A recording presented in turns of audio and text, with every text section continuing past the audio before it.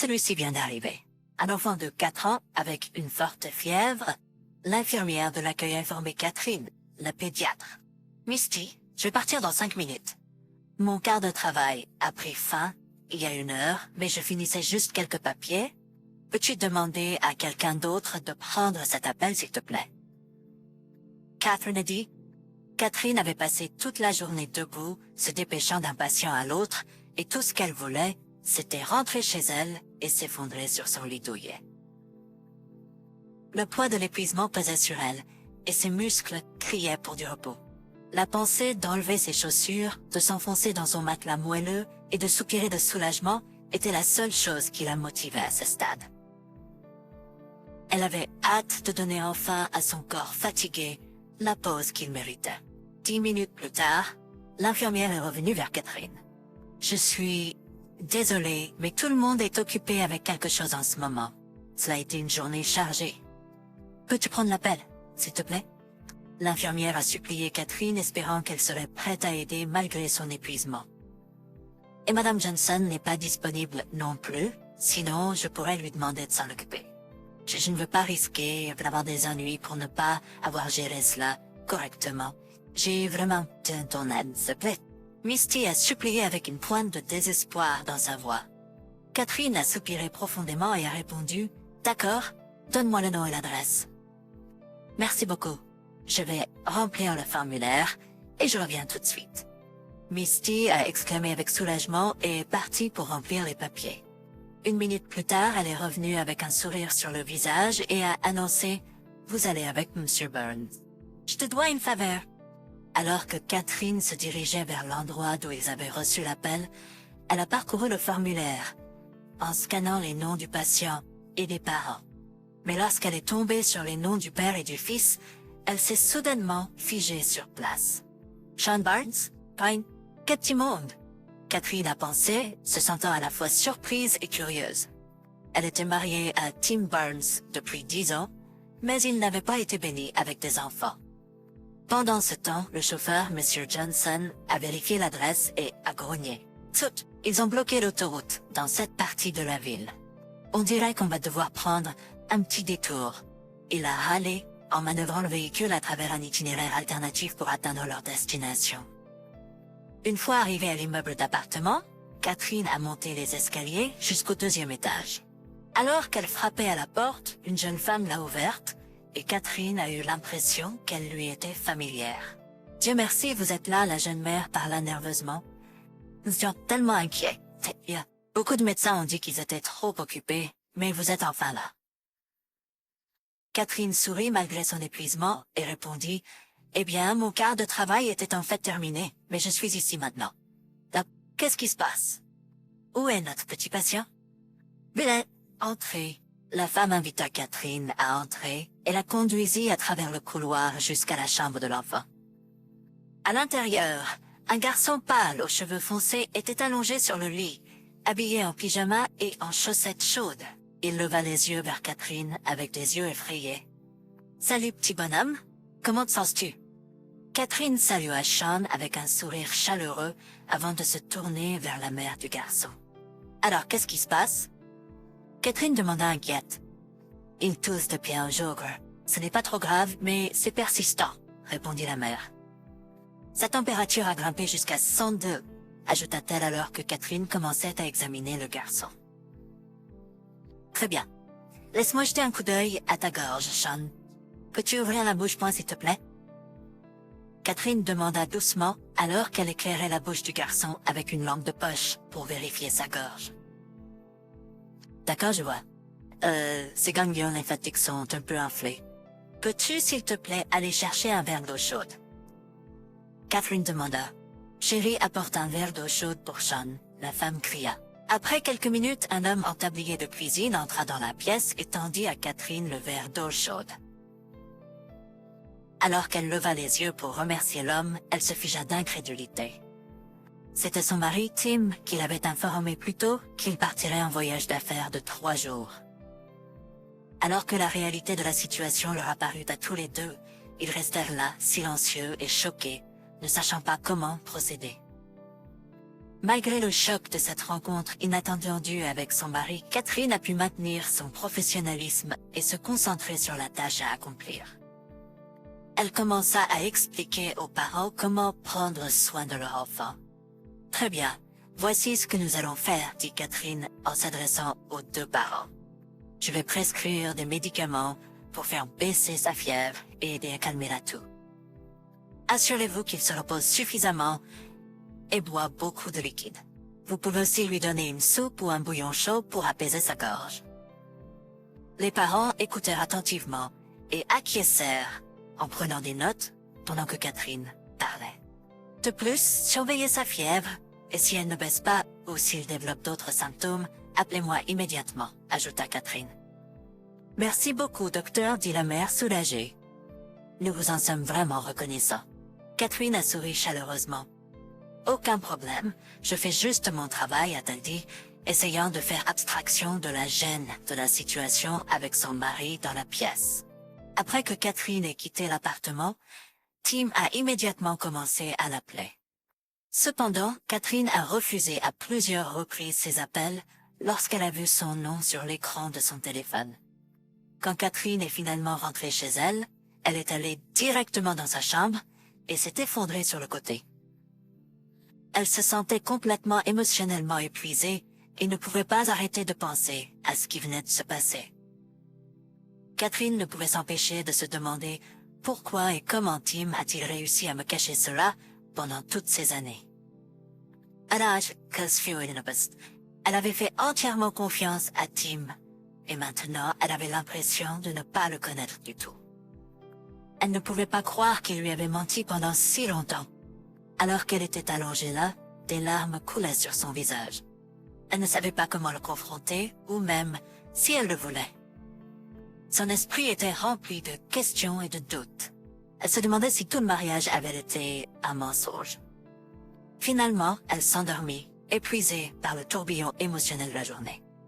Catherine avait toujours rêvé d'avoir des enfants, mais les choses ne semblaient pas se mettre en place. Elle commençait maintenant à se demander si le problème venait d'elle, puisque Tim avait un enfant avec quelqu'un d'autre. Le lendemain matin, Tim est arrivé tôt et a remarqué l'expression fatiguée de Catherine. Il l'a regardée avec culpabilité et a baissé la tête. « Catherine, il y a quelque chose que je dois te dire », a commencé Tim avec hésitation, mais Catherine l'a interrompu en levant la main. « Pourquoi ?» demanda-t-elle, sa voix tremblante. « Peux-tu me dire une chose? Pourquoi m'as-tu trompé pendant toutes ces années? » Quel était le but? Ne doute pas. Je t'ai toujours aimé, Catherine, mais j'aimais aussi la mère de mon enfant, a-t-il dit en respirant lourdement. Nous avons essayé pendant toutes ces années, Catherine, mais malheureusement, ça n'a pas marché.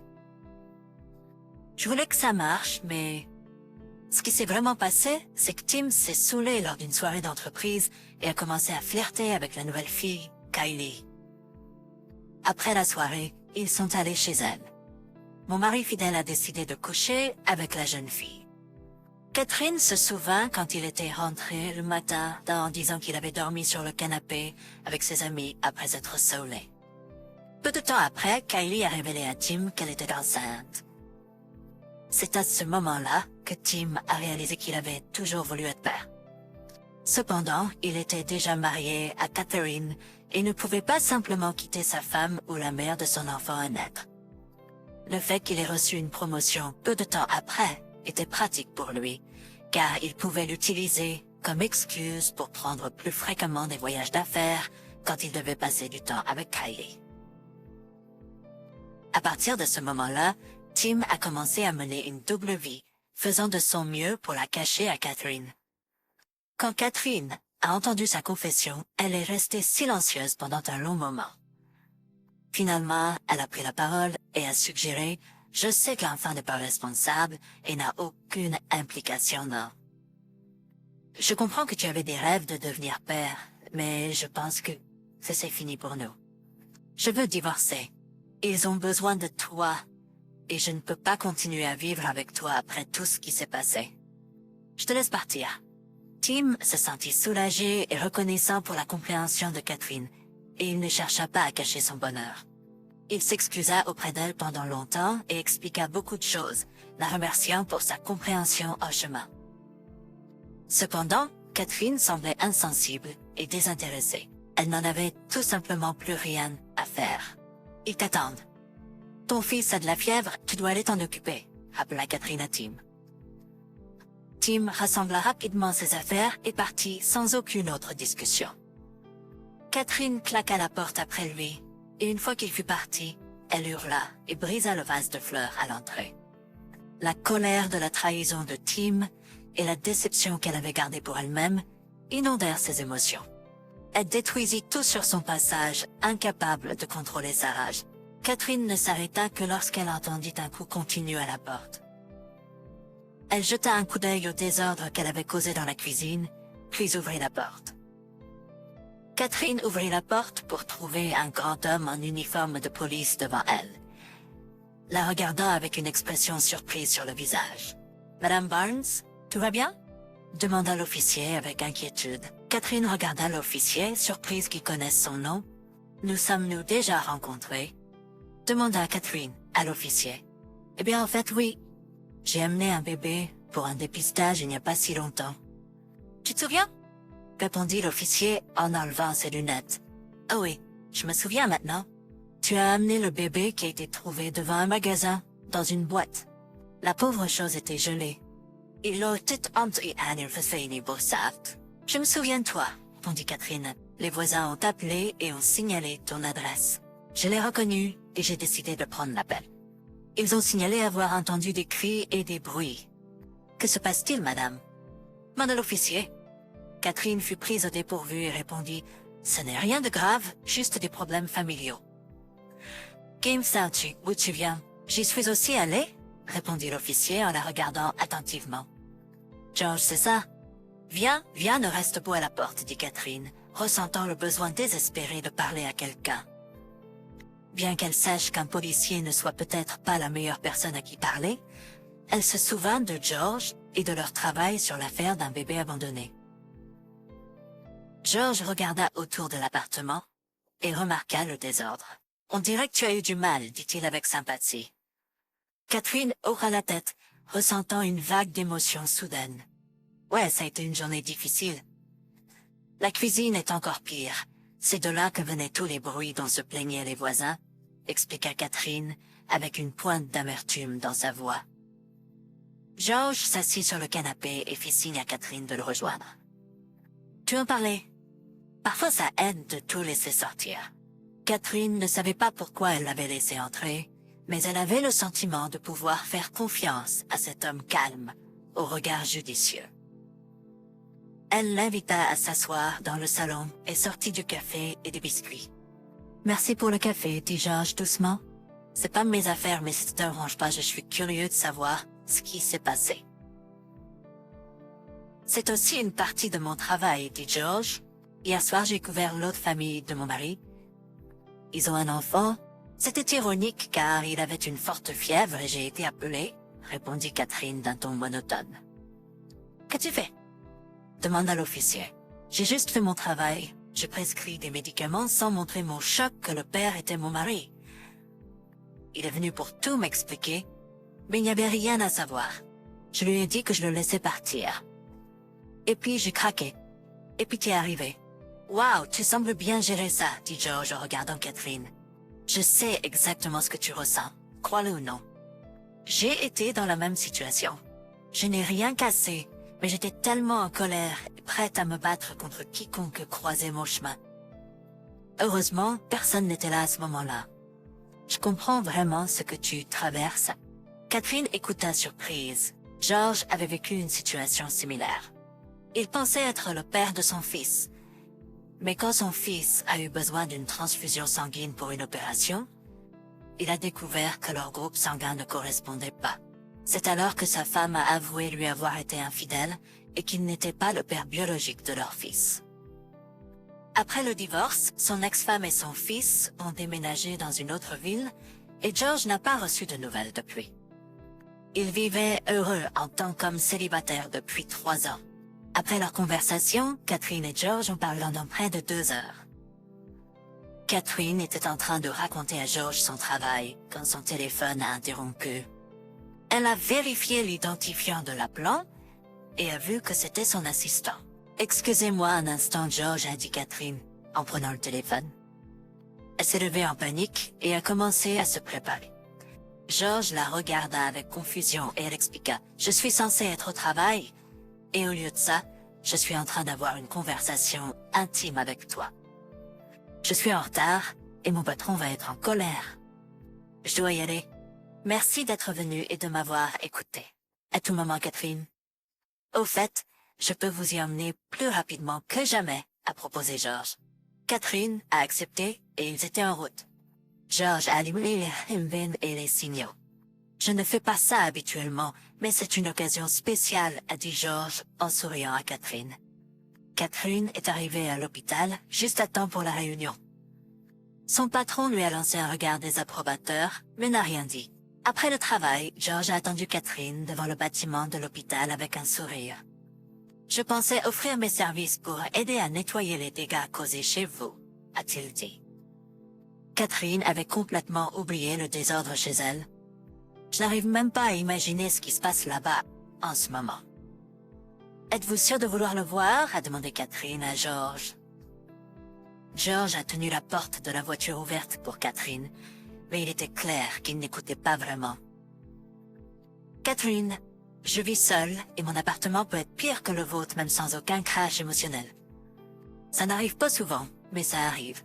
Après avoir fini de nettoyer l'appartement et de sortir les poubelles, George a suggéré qu'ils aillent dîner dans un café confortable au bord de l'eau. Je n'y suis jamais allée en fait. Je n'ai jamais eu le temps, je suppose. Êtes-vous sûr de vouloir y aller? Je n'en ai vraiment pas envie, a admis Catherine. Eh bien, quoi de mieux que de dîner en bonne compagnie après une dure journée de travail? Je suis désolée de me vanter trop, mais je parlais de vous quand j'ai dit bonne compagnie, a plaisanté George en s'inclinant. Catherine ne put s'empêcher de sourire.